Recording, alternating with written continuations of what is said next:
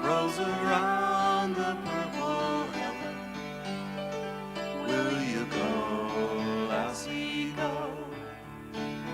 And we'll all go together to Powhatan mountain top from around the purple heather. Will you go, lassie, go?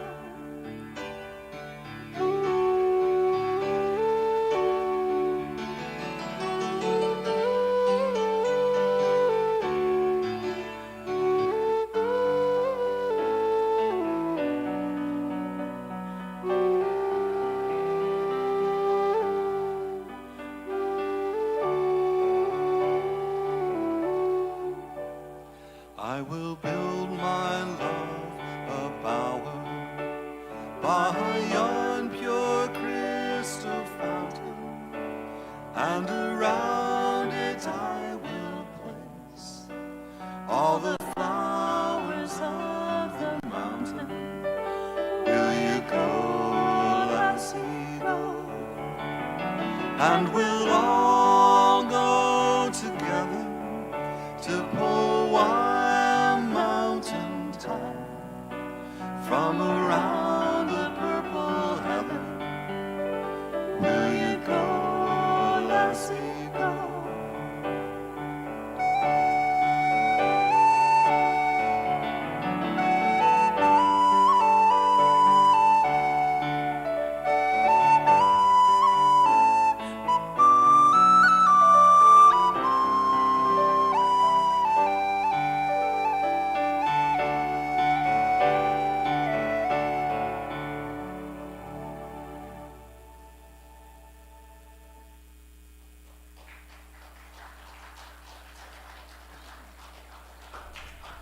So we have a song for y'all to sing. Is that right? Yes.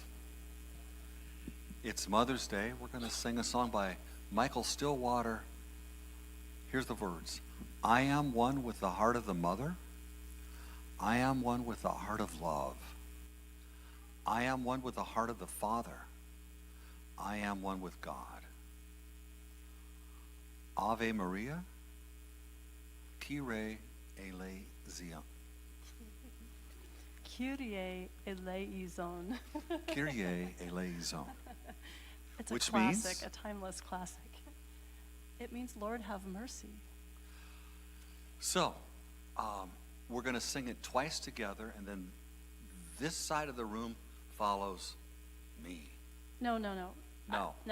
Let's make this easy. All the girls follow me. All the guys follow Anton. There's more girls here. That's okay. The men are powerful, right? And you're the better singer. It'll seem a little tricky, but just listen to your person, and or if you don't like one part either, just switch. It's okay.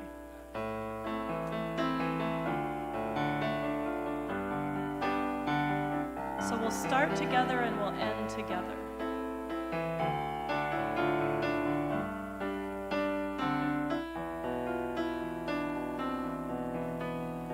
I am one with the heart of the mother.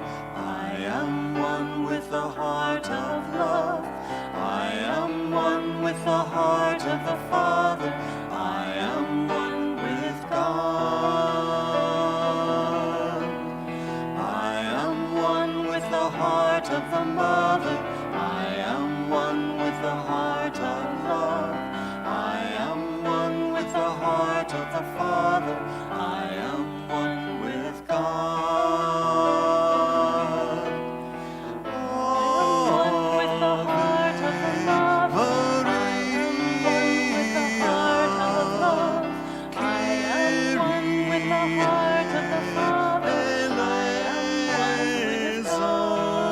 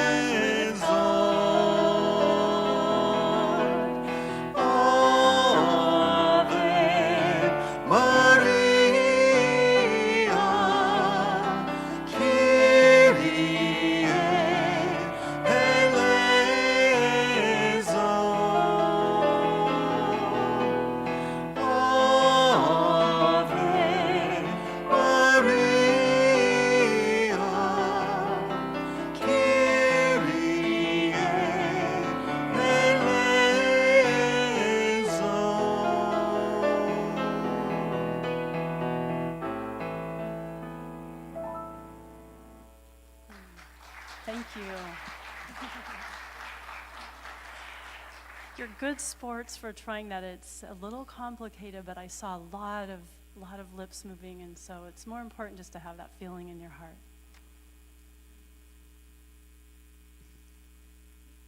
Thank you so much. That's so beautiful. The heart of the mother, Father God. So let us pray.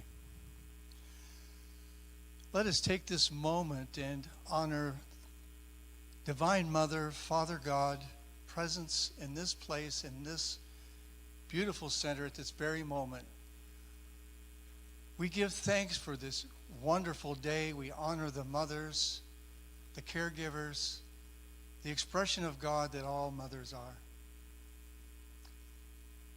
And we see this place blessed, this beautiful center blessed by God in every aspect.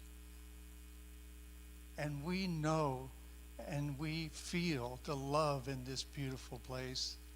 We are so grateful for all of our blessings and everything here. And together we say amen. Together, amen. Good morning, everyone. Perhaps it's more fitting to say a woman instead of amen. It seemed a little on Mother's Day. My name's Paul Whitney. I'm your service assistant, and Warren Spaeth just gave that beautiful opening prayer. I want to welcome each and every one of you to Unity of the Valley. And if you're joining us from at home, or as we've found out, sometimes at the beach with our streaming service, we welcome each and every one of you. And we'd like to say happy Mother's Day to each and every one of you. And I'd like to introduce to you, you've already met them, Anton Mizerak and Laura Berryhill.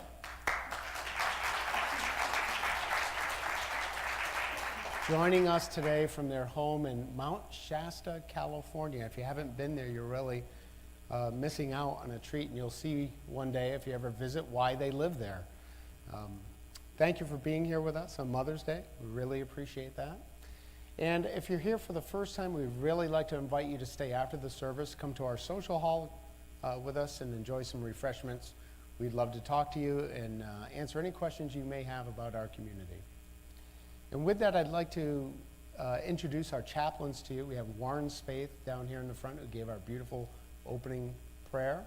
Warren, if you'd please stand. And Warren may be the only one on duty this morning, but he can handle it. He's up to the task. And what Warren is here for is exactly what you just witnessed when he got up on the platform. He's here to pray with you. If you have something heavy on your heart or a celebration you'd like to share, he's not here to counsel you. He's here to be a listening heart and offer prayer for you. And with that, we're going to continue on now with the slide changing and the lighting of our Christ candle. And she doesn't know it yet, but I'm asking Adele to come help me out this Mother's Day. Adele is a pro at this, aren't you, Adele? You look beautiful today. Are you dressed up for Mother's Day? Yeah.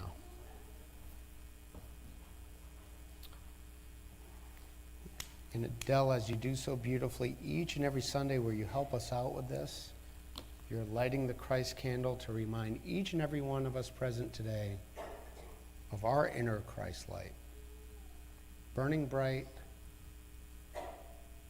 unable to be extinguished,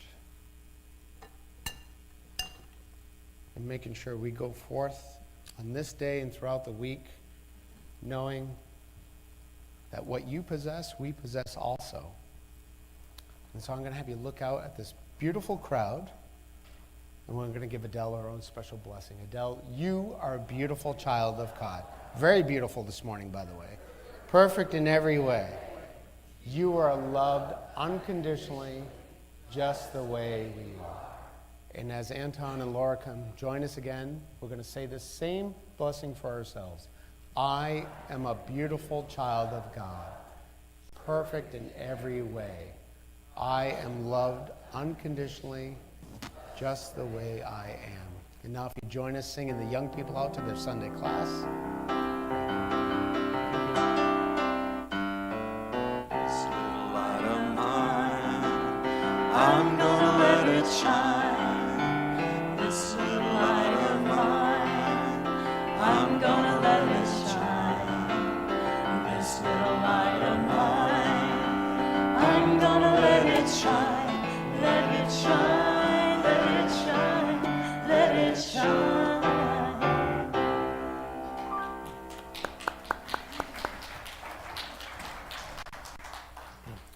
So it's that time of year again where we have the Unity of the Valley yard sale, and coming forward to speak about that, I think, is Suzanne Hammerly. She knows she's coming down to speak about that.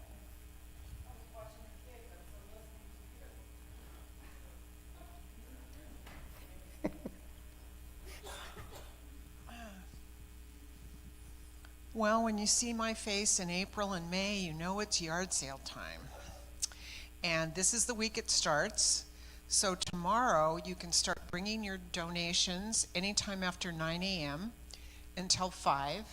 The earlier in the week, the better for you to bring your donations.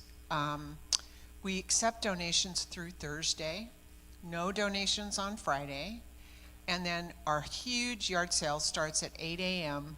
next Saturday, which is the 19th. I can still use volunteers the day of the yard sale, which is the 19th, and during the week. So please see me afterwards. I'll be selling jewelry out here. There's also jewelry for Mother's Day for people who would like to buy some jewelry. The rest of it is going into the yard sale. And it's really a fun event. It's a lot of work, but we all have a lot of fun. So consider helping in one way or another, and I appreciate that. Thank you.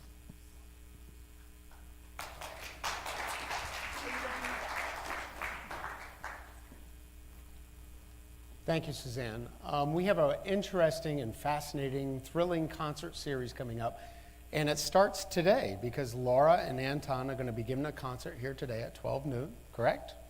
It's going to be right in here, so what better gift to give your mother than to make sure they stay here after eating some great refreshments across the hall for this wonderful concert.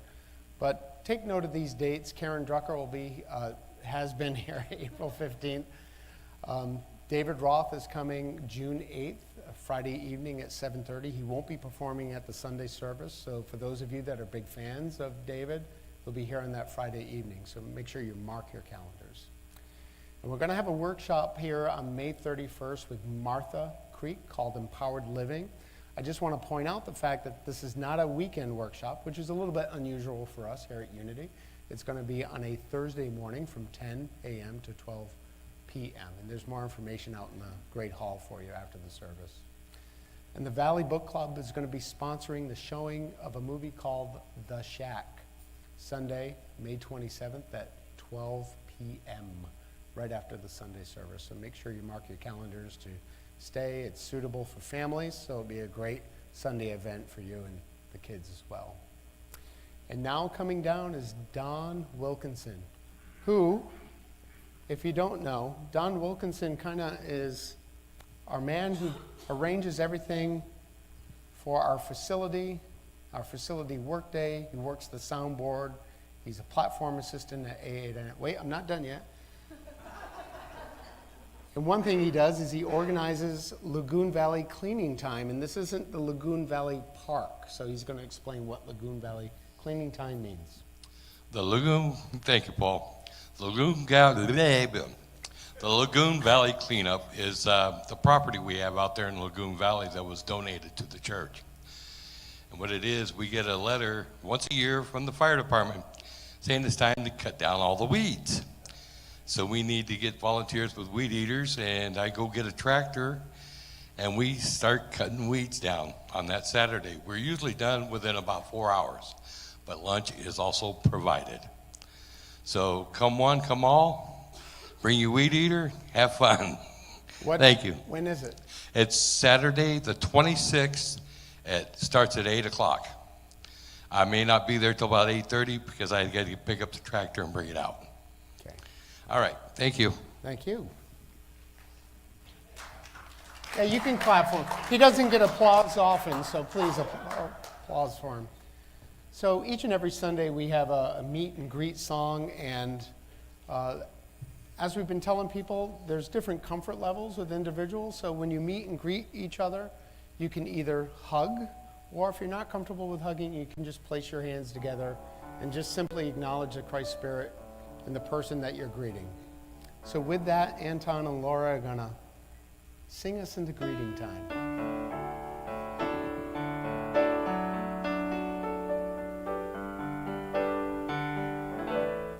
You are the face of God. I hold you in my heart.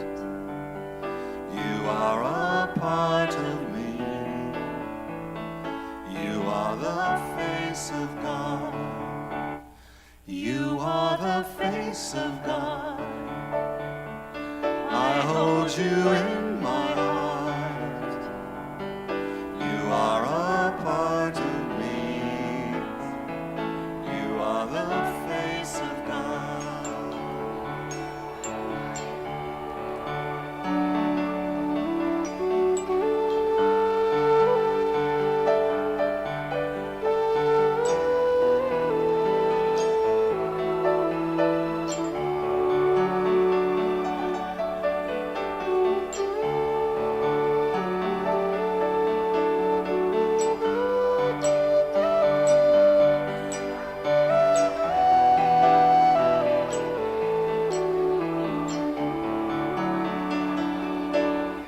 You are the face of God.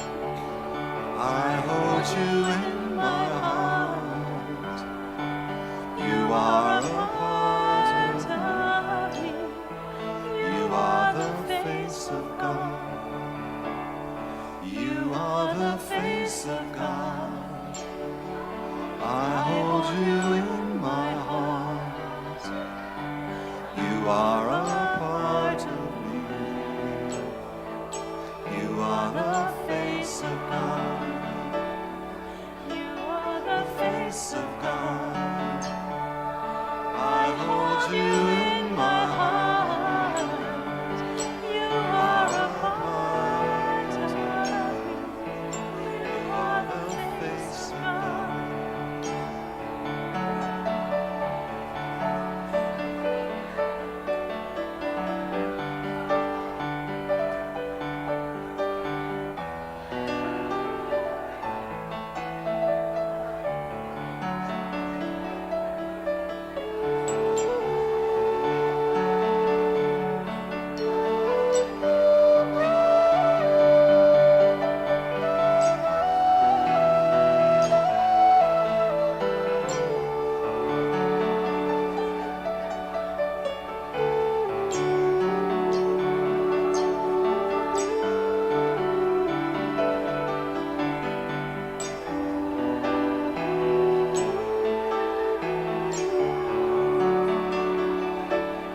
You are the face of God.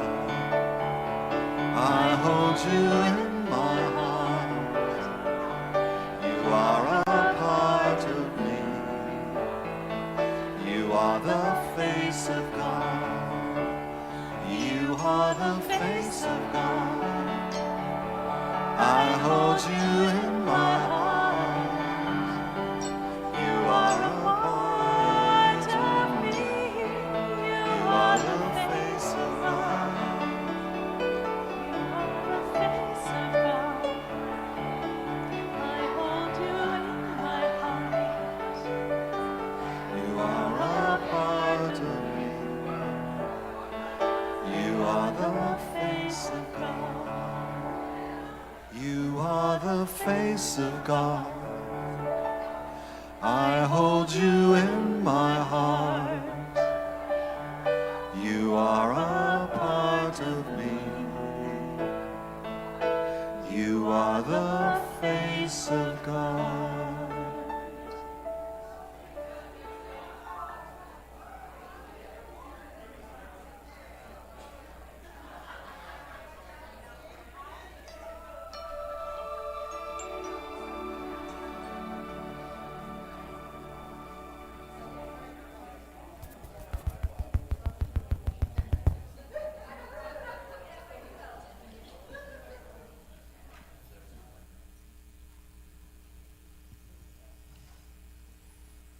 I'm back because I looked at the bulletin and there is a misprint on the bulletin about the yard sale. And even though I announced it correctly, I'm more worried that the written word may have more effect. So please look at the back of your bulletin where it lists all the events for this next week. And on Friday it says, we accept donations. We do not accept donations on Friday. We'll be here working, and we have a lot of work to do on Friday, but we don't want people bringing more things on Friday. Okay, thanks a lot. Thanks, Paul.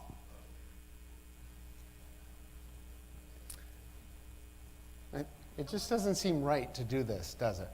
To stand in front of you. I apologize. Oh my goodness. So if you join me with the why of why we're here this morning, our statement of faith. If you'd repeat the words with me. There is only one presence and one power in the universe and in my life. God the good.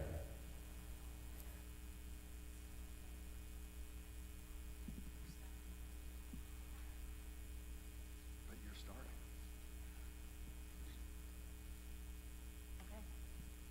Good morning, everyone. It's already been a good morning, I hope. So we're here today to talk about music and mythology, purpose and action. And that may seem like an unusual choice of talk titles for Mother's Day, although I'm sure mothers take a lot of action and they are very purposeful. But I think normally at this time you would have some special music, and we are going to combine the special music and kind of work with the music a little and talk about it. So I think we'll start with our special music now, but this is a bit of participatory special music, so it's maybe a little easier in some ways than the earlier sing-along. The river she is flowing, flowing and growing. The river she is flowing down to the sea. Mother, carry me, a child I will always be. Mother, carry me down to the sea. Then there's a little section in Hindi. Ganga ki jaya jaya, Yamuna ki jaya jaya. Ganga ki jaya jaya, Yamuna ki jaya jaya. It's basically victory to the great sacred rivers, the Ganges and the Yamuna rivers. Now, in our minds, because I can't quite make these syllables fit the Sacramento and the American rivers, but if we want to think of it that way as honoring our local rivers, that's just fine. So we'll do the song. Just sing along as you can. Just kind of let yourself get into that flow, no pun intended. And let's see.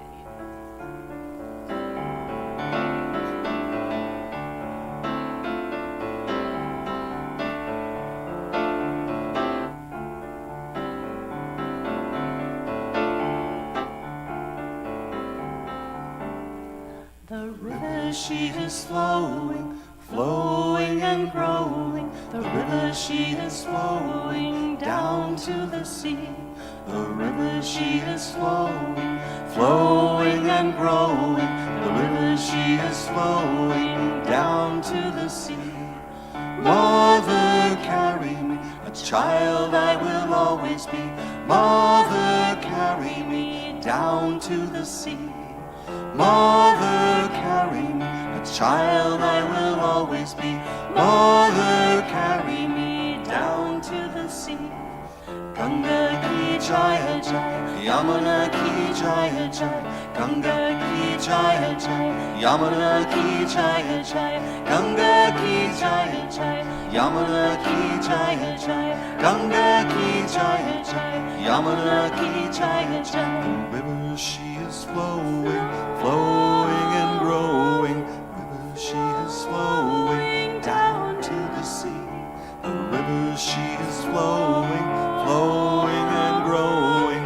River she is flowing down to the sea. Mother, carry me, the child I will always be. Mother, carry me down to the sea.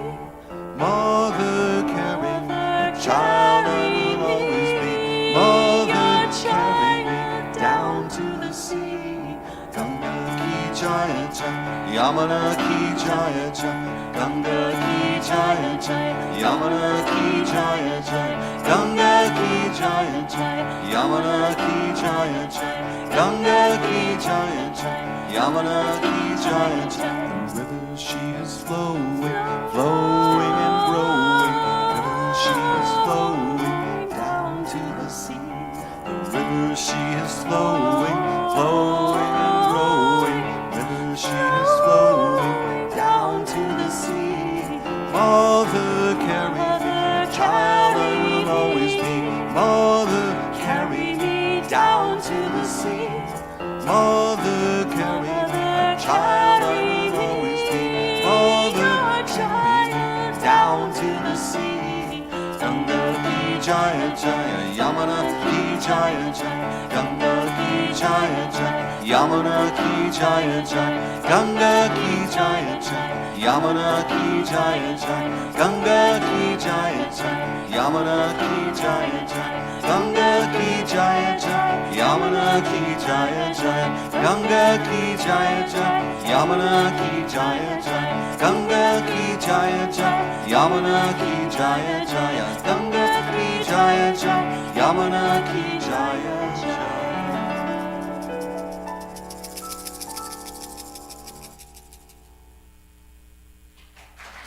Thank you. Thank you. Well, so probably for any fan of mythology and imagery, you would recognize that that song is full of wonderful symbolic images.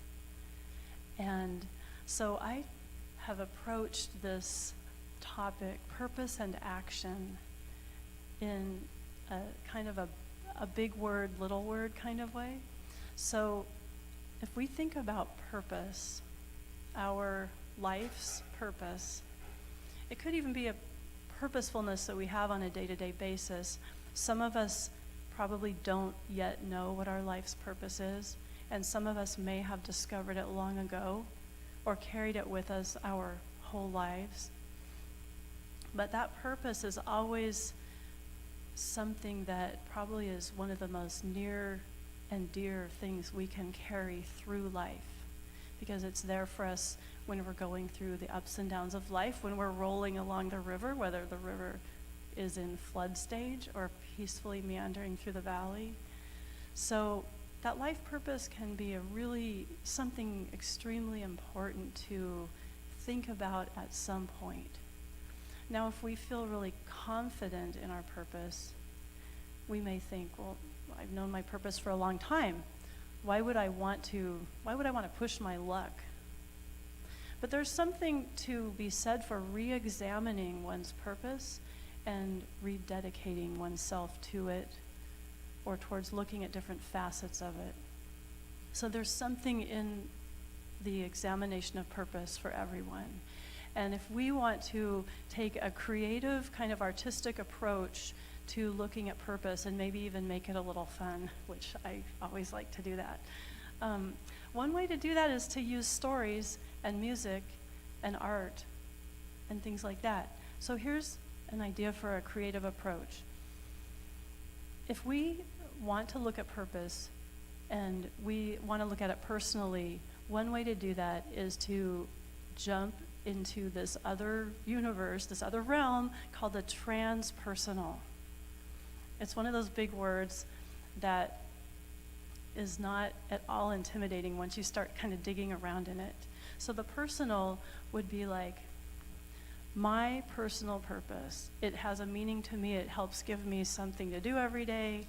But when I start taking it to the transpersonal, it starts spreading outwards to my loved ones, my friends, my neighbors, my community, my world, my planet, the social world of human beings. You can envision things as large as world peace. By living your purpose, you can reach for things that are that large, concepts that, almost seem unimaginable at times because they're so big. So the personal goes beyond the personal and it becomes the transpersonal. How would we do this? How would we reach? How would we cast our net that wide? Well, we can take songs, for instance, like The River, and we can look at them in a couple of different ways. There's the actual which you could kind of think of as roughly corresponding to the personal, and there's the symbolic. So if we look at the actual, what is the song saying? The river is flowing and growing. The river is starting as probably snow melt somewhere in the beautiful mountains around California, the Trinities, the Cascades, the Sierras, and it's melting and running down through sometimes underground and then reappearing, as it does in Mount Shasta. We have one of the headwaters of the Sacramento River in our city park. And it looks like a little pool about the size of this front area here. And there's a rock, kind of a rock wall behind it, and it just comes right out of the rock into this little pool. So it starts as a little spring, and then it flows like a little creek. And then after a while, some other tributaries join it, and it gets bigger and wider as it travels down the mountains and into the valley, and it gets bigger and bigger and bigger. And then down here what it becomes. It's huge. It's a mighty river by that point. So in that same way, as we kind of think of the river and how it starts, in actuality, you can actually go to the source, dip your water bottle in, and drink it. It's very real stuff.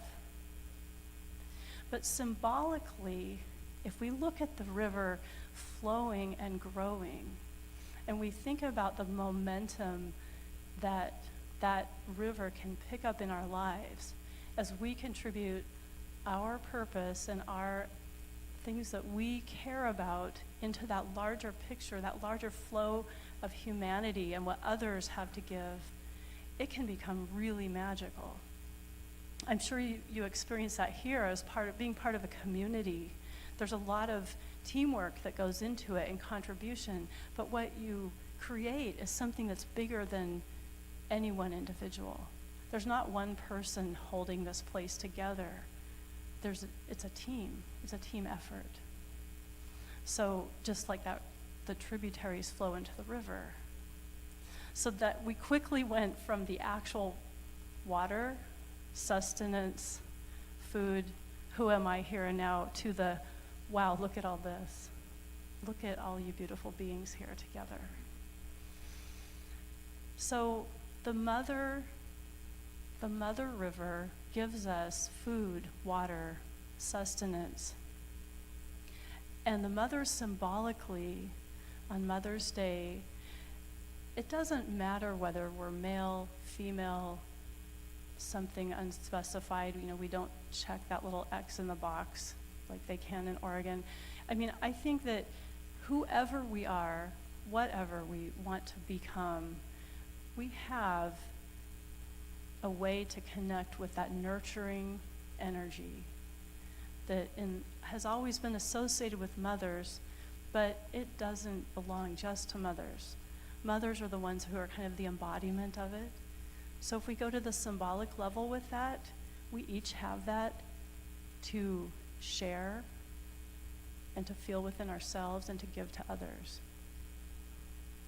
So when we get into that kind of nurturing space, that we are becoming part of the mighty river of nurturing of humanity. So we can be in that flow, we can care, we can become part of that amazing journey. Our purpose becomes part of a greater purpose. And purpose is a little bit, it's interesting because no one can tell you what your purpose is. It's something that you can only find for yourself. But when you know it, and when you look at it, and when you hold it, when you nurture it, when you give it, you're very, very powerful. When you take it all the way to the ocean, that's when it becomes so big it covers the world. So with that thought, I'm going to leave you just to kind of ponder these concepts. And I think that if you play with them, you may find other music or art or something that inspires you to take kind of this archetypical, mythological look at things, but then also, how does it apply in my life? how do I use this? You can kind of have it both ways. You can have the very large and the very intimate together. So with that, we'll take that little seed and move on to some action in living.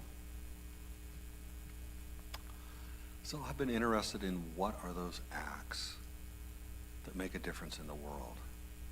What are those heroic acts that are our expression, that really embodies who we are? And I'm going to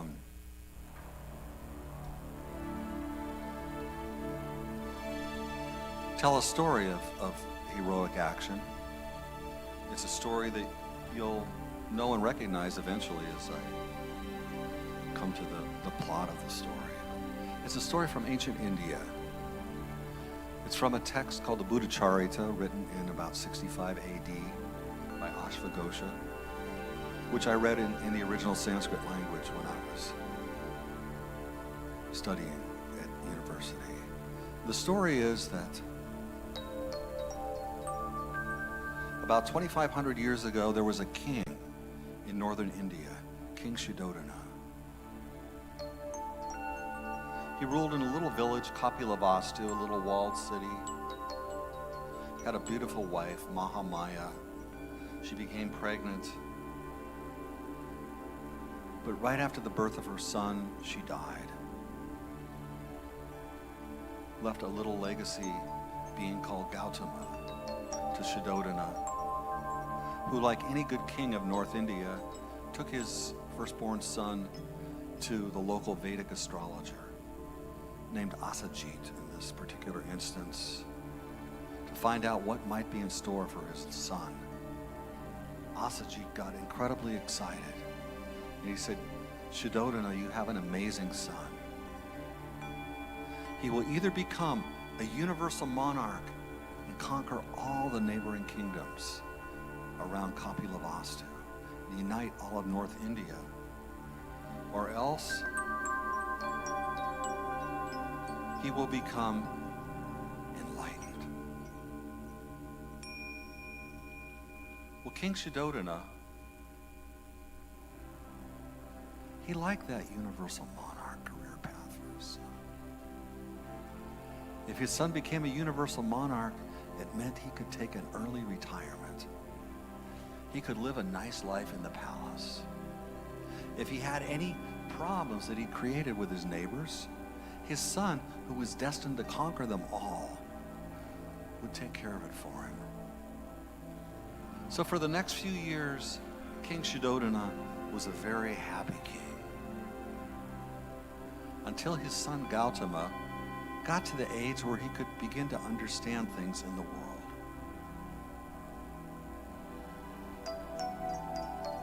Then Shuddhodana started having troubling dreams. What if my son does not take on my kingdom?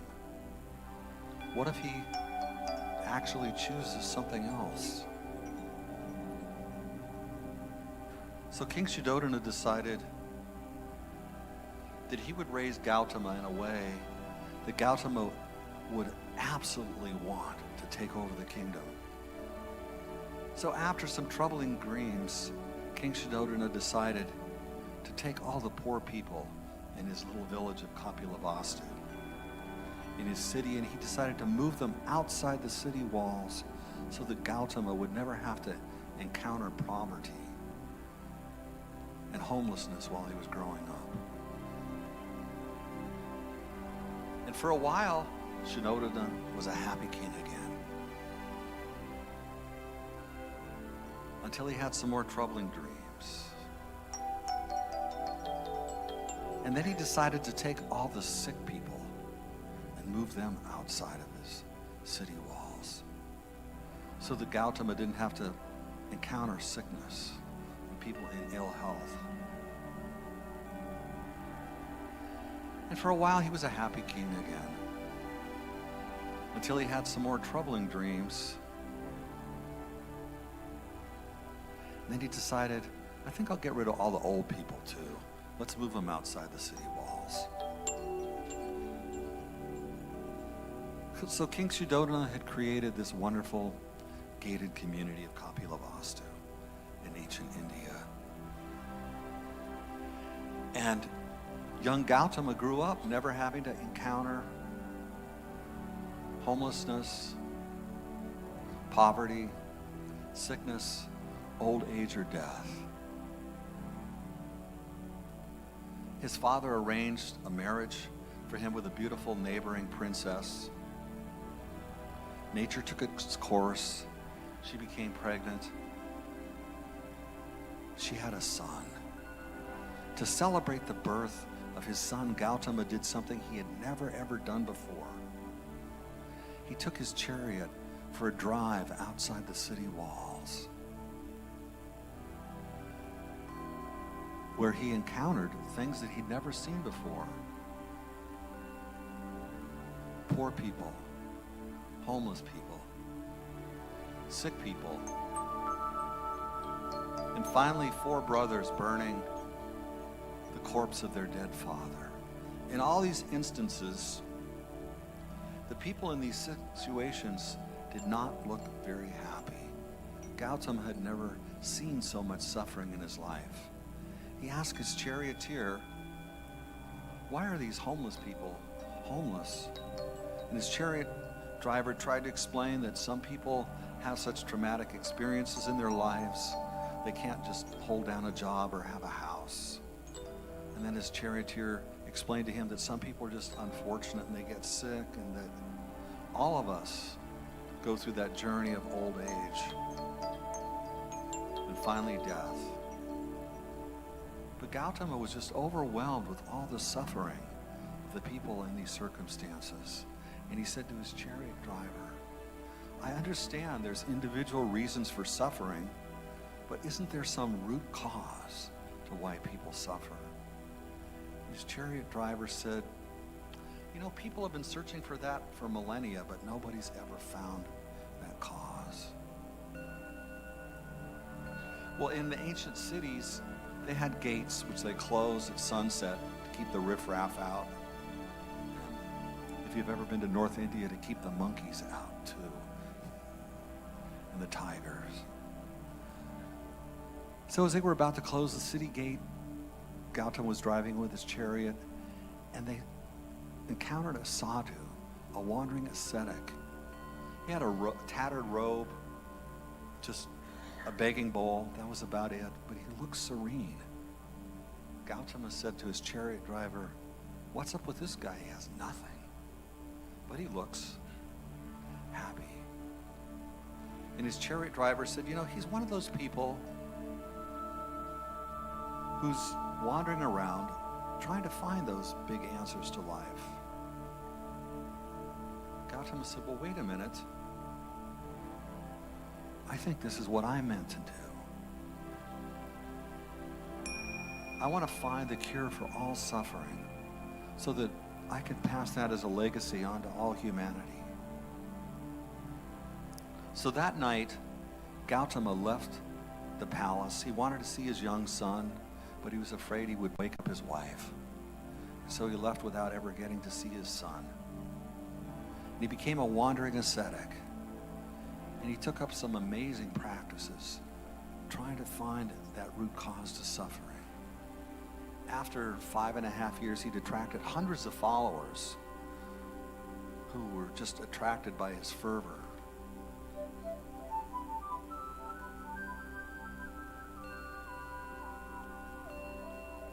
Gautama was doing these practices. One of them was subsisting on 10 grains of cooked rice a day. And he woke up one morning, camped by a river. And he thought to himself, "You know, I've been doing this for 5.5 years, but I'm no closer to finding the answer to why there's so much suffering in the world. And if I don't eat some good food today, I could die, and I will never be able to pass this legacy on that I've wanted to." So he noticed there was a young girl with a wicker basket on her head with kheer in it, rice pudding. It's what you get at the dessert line at an Indian buffet. Gautama grew up a prince. He knew exactly what kheer tasted like.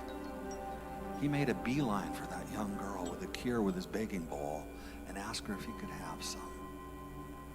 She was generous and filled his bowl up. But all these followers of his, these disciples, saw this scene and they thought, oh my God, he's gone over to the dark side.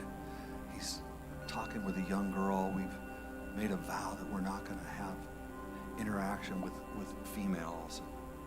So they all left him. Right when the interesting stuff was about to happen. Because Gautama, after he got his strength back, he thought, you know, when I was younger, the time when I was just able to really figure things out is when I just sat down out in nature in a comfortable place. And he found a nice big peepal tree and he sat under this tree. And after a while, he thought to himself, he made a resolution, I'm not going to leave this tree till I figure out why there's so much suffering in the world. And he made such a strong resolution that the 33 Vedic gods, the Devas, the shining ones up in heaven, looked down and they saw, oh my God, he's sitting under the tree. This could be the day. This could be the day humanity figures out why there's so much suffering and what to do about it. And Indra, the head of the gods, said, yes, we need to help him. But the head of the forces of darkness, Mara, also noticed this. And Mara said, we can't let people wake up. And so Mara sent legions of demons as the sun was setting to shoot flaming arrows at Gautama as he was sitting under this tree. But Gautama was in such a meditative state that when those flaming arrows entered his auric field, they turned into flowers. And so what Gautama got was a rain of flowers as he was sitting in meditation. The demons went back to Mara and they said, Mara, this is not working. It's counterproductive. So Mara decided to send his 3 daughters to kind of dance before Gautama and discreetly let items of clothing kind of come into disarray. But Gautama sat in deep meditation. Why is there this suffering in the world? The daughters went back to Mara and they said, you know, Mara, Dad, he's just not interested in this stuff. So Mara went before Gautama and he said, Gautama, get up. If you've renounced the world, you have no right to sit on this piece of earth. Gautama got out of meditation for a minute. He leaned down and he touched the earth with his hand. And he said, for countless eons, I've given my life in service to this earth and to all humanity, all sentient creatures. The earth goddess will be my witness. I have the right to sit here. And Prithvi, the goddess of the earth, rose out of the earth. She was mad at Mara. She came out in her angry form and Mara laughed.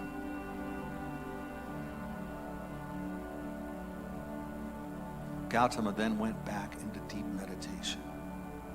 And all throughout the night, he thought, has to be some reason that people feel so helpless before circumstances in their lives. The circumstances are different, but that feeling of helplessness is the same. What is the root cause of that?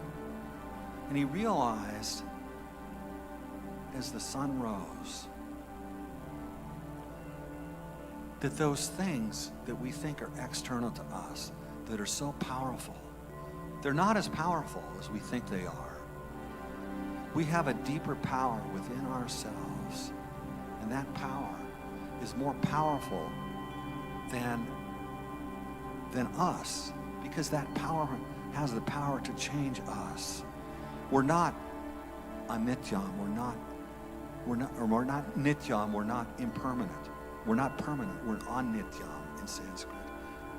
We have this power to remake ourselves from the inside out by realizing that there's this indwelling spirit within us.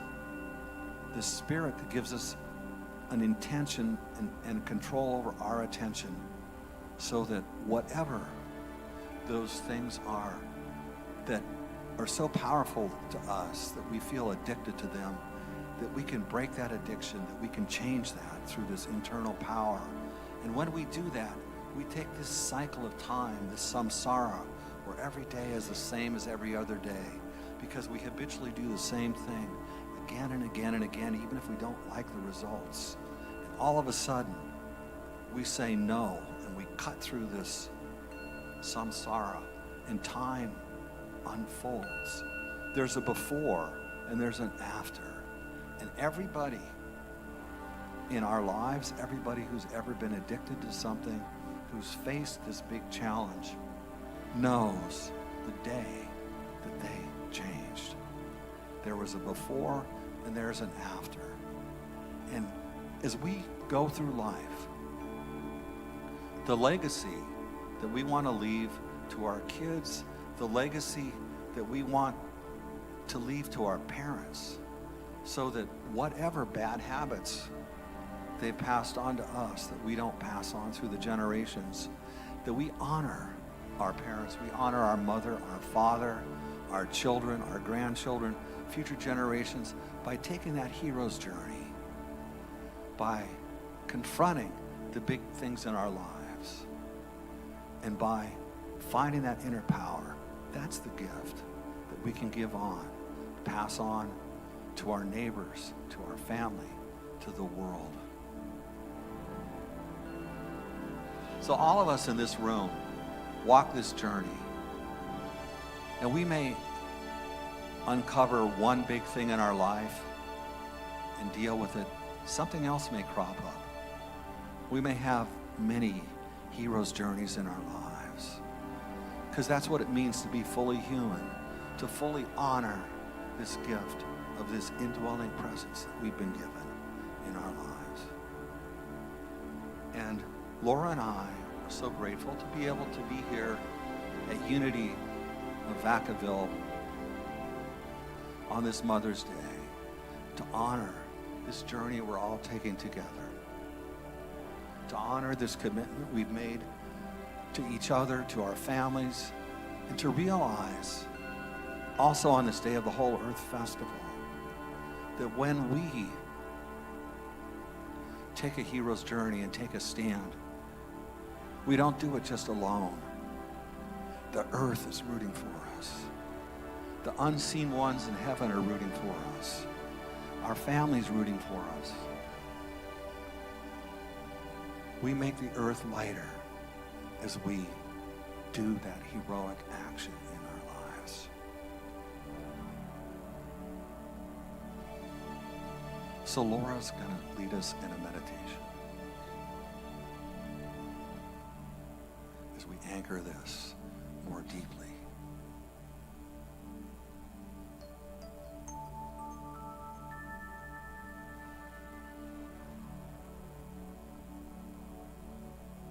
If we just sit with these truths, take a nice breath.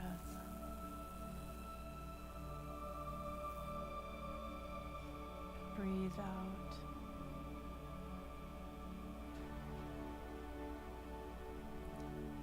We feel the love, that seed of nurturing love at our core.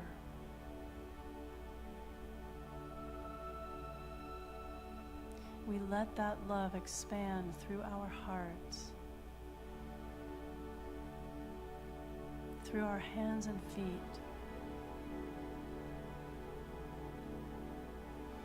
through the actions we take in the world,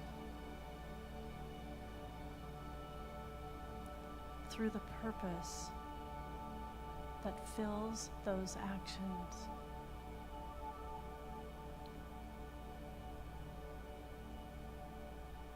As we envision our future as an extension of our present. The good that we hold right now, that fills us, that surrounds us, that emanates outward through our lives into the lives of others. As we anchor that with our presence here on the earth, empowered by the earth, giving back to the earth, we know that we can make choices,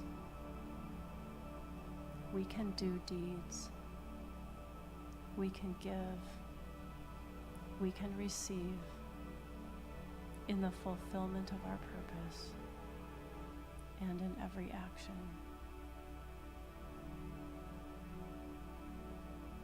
As we go into a moment of silent reflection, we carry the seed of the power of love in action with us.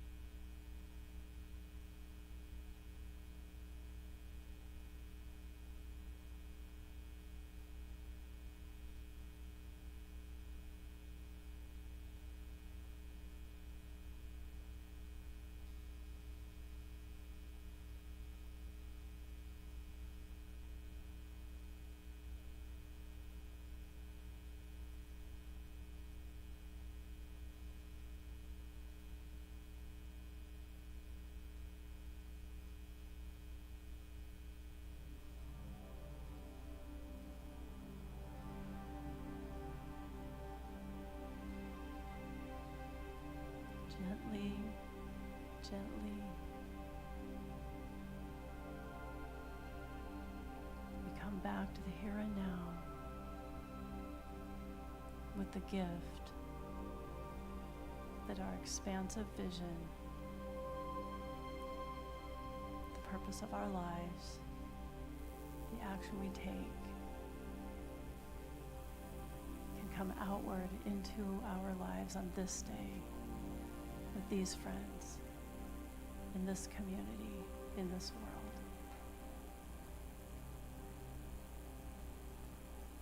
Whenever you feel comfortable, open your eyes.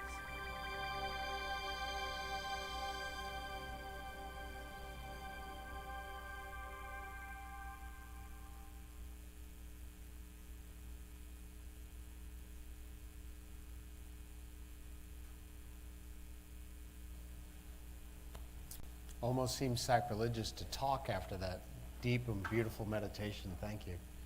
Our ushers are coming forward, and it's very fitting on Mother's Day that we talk about the act of giving. If you think about the giving of a mother, it's giving that's in pure love and unconditional, and that's what we do here during this part of our service. We begin this by saying the blessings of our tithes and offerings. If you'd repeat with me, God's love through me blesses and multiplies all that I am and have, all that I give and receive. I am grateful.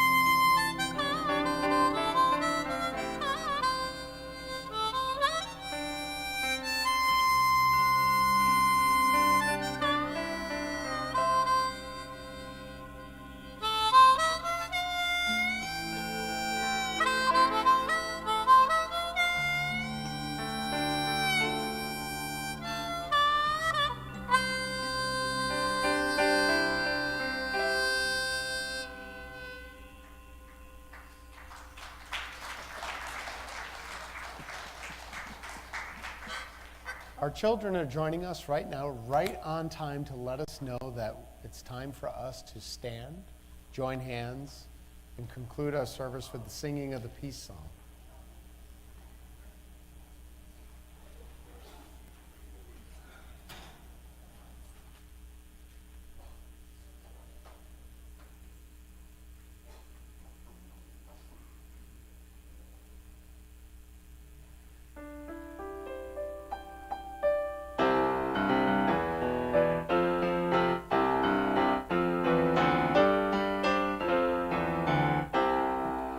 Let there be peace on earth, and let it begin with me. Let there be peace on earth, the peace that was meant to be, with God as creator, family all are we. Now we walk with each other in perfect harmony. Now peace begins with me. Yes, this is the moment now. With every step I take, let this be my joyous vow, to take each moment and live each moment in peace eternally. Now there is peace on earth, and yes, it begins with me.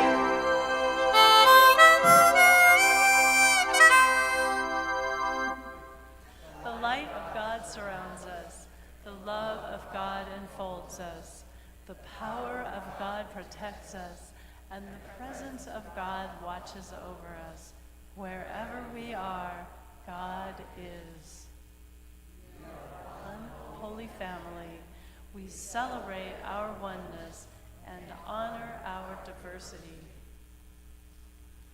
And so as we walk through our lives, we realize that we are all on this hero's journey, that we are all on this divine mission, that we're all here together, that we have strength in numbers, and this interconnectedness from this spirit within us is that incredible force that guides our lives, that protects us, and that makes life worth living.